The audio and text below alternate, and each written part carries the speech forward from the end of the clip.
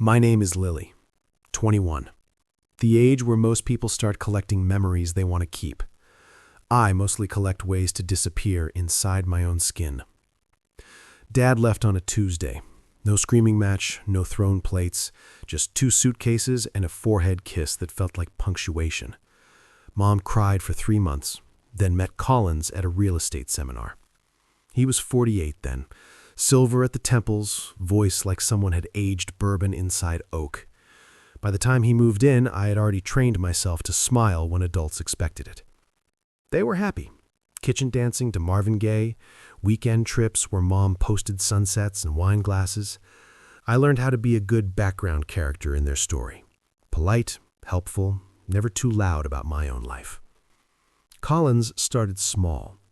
A hand that stayed too long on my shoulder while showing me something on his phone. A joke about how pretty girls like you should never have to carry heavy things while he took the laundry basket from me anyway, fingers brushing the small of my back. The way he'd watch me walk upstairs, not leering exactly, just cataloging. I told myself it was nothing. I told myself I was overreacting. I told myself that if I just stayed quiet and polite, the air would stop feeling like syrup. It didn't. Summer after freshman year, Mom at a 4-day conference. First time alone in the house with him for more than a few hours. He made pasta, asked me to taste the sauce, stood behind me at the stove, chest against my back, one hand on the counter beside my hip, the other guiding the spoon to my mouth. "You have the softest lips," he murmured. I froze, with tomato sauce burning the roof of my mouth. After that, there was a rhythm. Whenever Mom announced a late shift or weekend away, the temperature in the house changed. He'd find excuses, fixing my desk lamp, helping me reach the top shelf, asking my opinion on wine labels while standing close enough that I could feel the heat coming off his body. I started wearing oversized hoodies in July. I started locking my bedroom door even when I showered. I started keeping my earbuds in until I heard his footsteps retreat down the hall. I told no one. Not Priya, who would have burned the house down with words alone. Not my half-hearted college boyfriend, who would have tried to punch him and gotten himself arrested. Not Mom, because every time I imagined saying the words, I saw her face fracture the way it had when Dad left. I couldn't be the second person to do that to her. So I smiled brighter. I laughed at his jokes. I called him Collins with perfect practiced warmth. Then came the night the mask cracked. Mom in Phoenix for 4 days. Collins ordered takeout, chose a movie, poured wine. I declined the glass. He poured it anyway. I left it untouched on the coffee table. Around midnight, he said goodnight.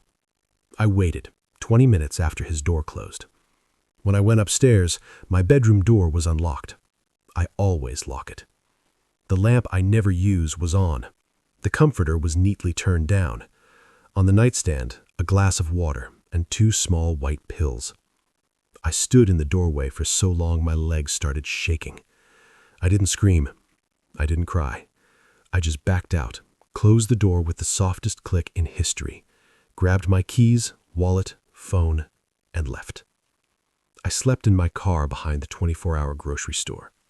The security lights swept over me every 15 minutes like a slow heartbeat. At 3:17 a.m., I finally let myself think the whole sentence. He tried to drug me so he could fuck me while I was unconscious. The thought didn't make me hysterical. It made me very, very calm. The next morning, I came home before he woke, showered in the downstairs bathroom, dressed in the most shapeless clothes I owned. When he came down at 8:40 looking rested, he smiled over his coffee. "Rough night, Lilybug?" I met his eyes without blinking. "I slept great," I said. "You?" The smile flickered, just a hairline fracture. "Like a baby," he answered. I nodded once, turned, went to class. That was the morning the second version of me woke up inside the first one. The version that still smiled at her mother. The version that still said good morning with perfect pitch. And the version that began, very quietly, to count every second until she could bury him. I didn't tell Mom when she came back. I hugged her at the airport. listened to 40 minutes of conference gossip, never let the mask slip. Instead, I started collecting. Small digital voice recorder left in the living room when I knew we'd be alone. Never caught him saying anything usable, but I caught the quality of his silence when he realized I was recording. I changed the security camera password. Mom never noticed. Collins never asked. But every night, I watched him pause outside my door at 1:14 a.m. 3 nights in a row, each time 47 to 53 seconds before walking away. I started an encrypted note on my phone. Clinical. Detached.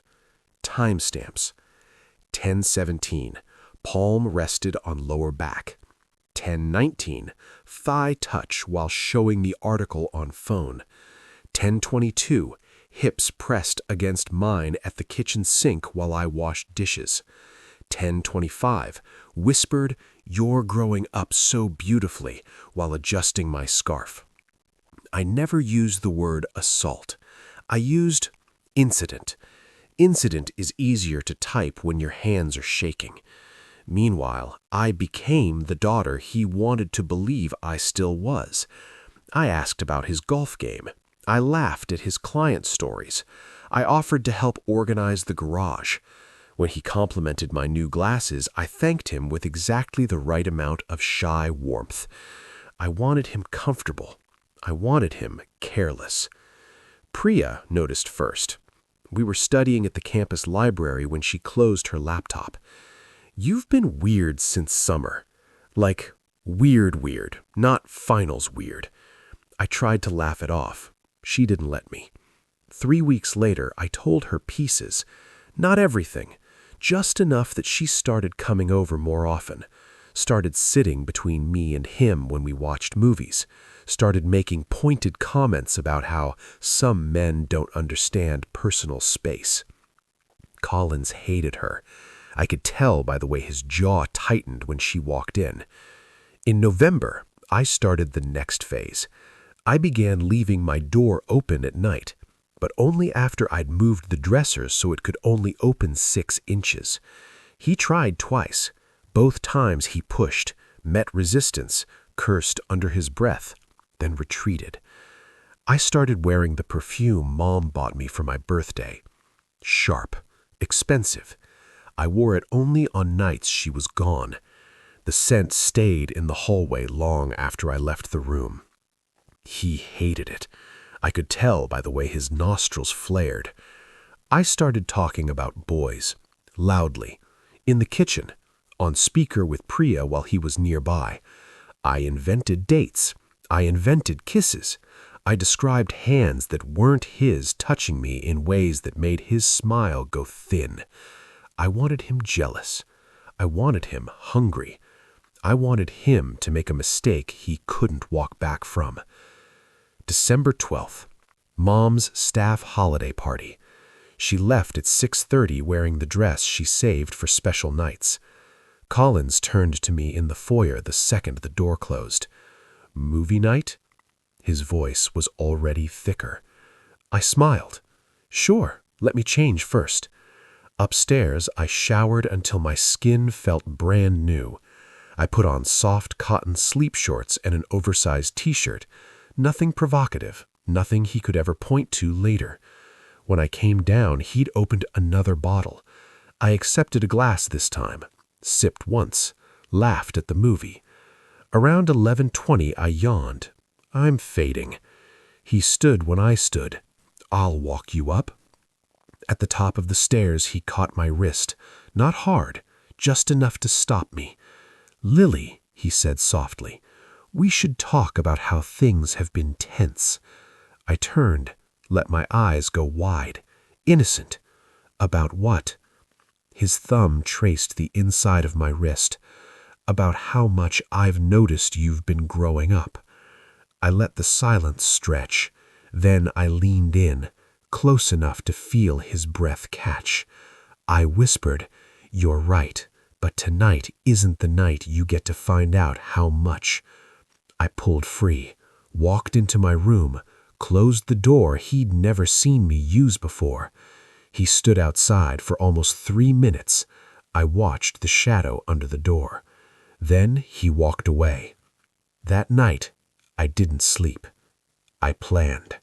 Christmas Eve, 22 people, string lights, caterers, Collins at peak charm, pouring drinks, telling stories. I wore deep green velvet. I smiled until my face ached. I helped Mom in the kitchen. I let him hug me when guests arrived. Brief, polite, nothing anyone could question. At 10:40 p.m., I slipped upstairs. In their bedroom, I opened his nightstand drawer. Behind the cufflinks, orange bottle, Zolpidem. 16 pills left out of 30. I took 4 photos, clear. His name visible. Date filled 3 months earlier.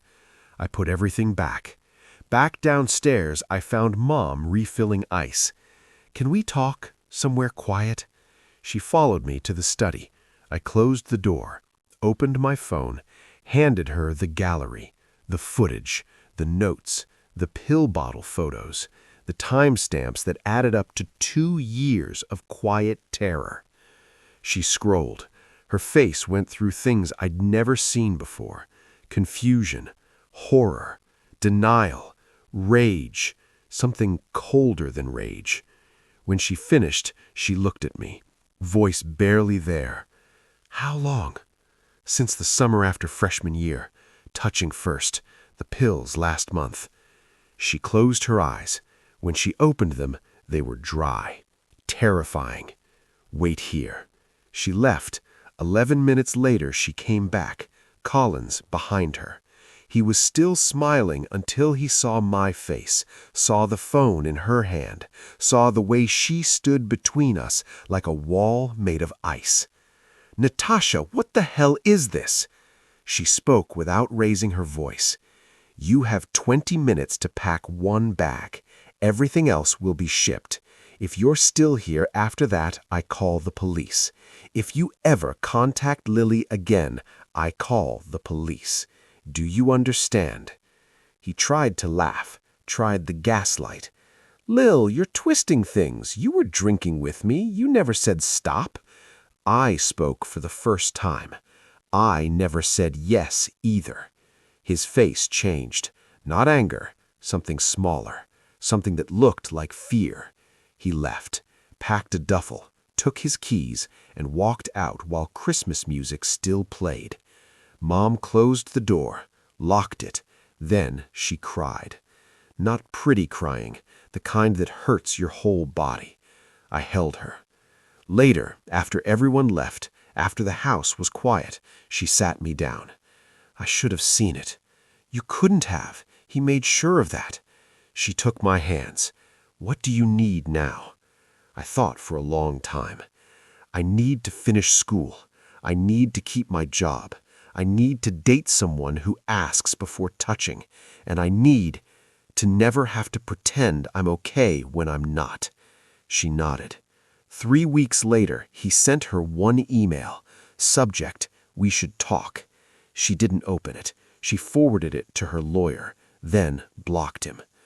Priya came over the night Mom finally read everything. She didn't say much, just sat between us on the couch and let us cry. I kept one thing, the orange bottle, locked in a small metal box under my bed. Sometimes, late at night, I open it, look at the label with his name, remind myself I didn't imagine it. Then I close it again. The house still smells of cedar sometimes, but now when I smell it, I don't flinch. I just breathe deeper, because this house doesn't belong to him anymore. It belongs to the women who survived him, and we're still here, still breathing, still standing. This is the end of the story. Stay connected for more revenge story. Subscribe and like, and hit the notification button that never missed our any episode.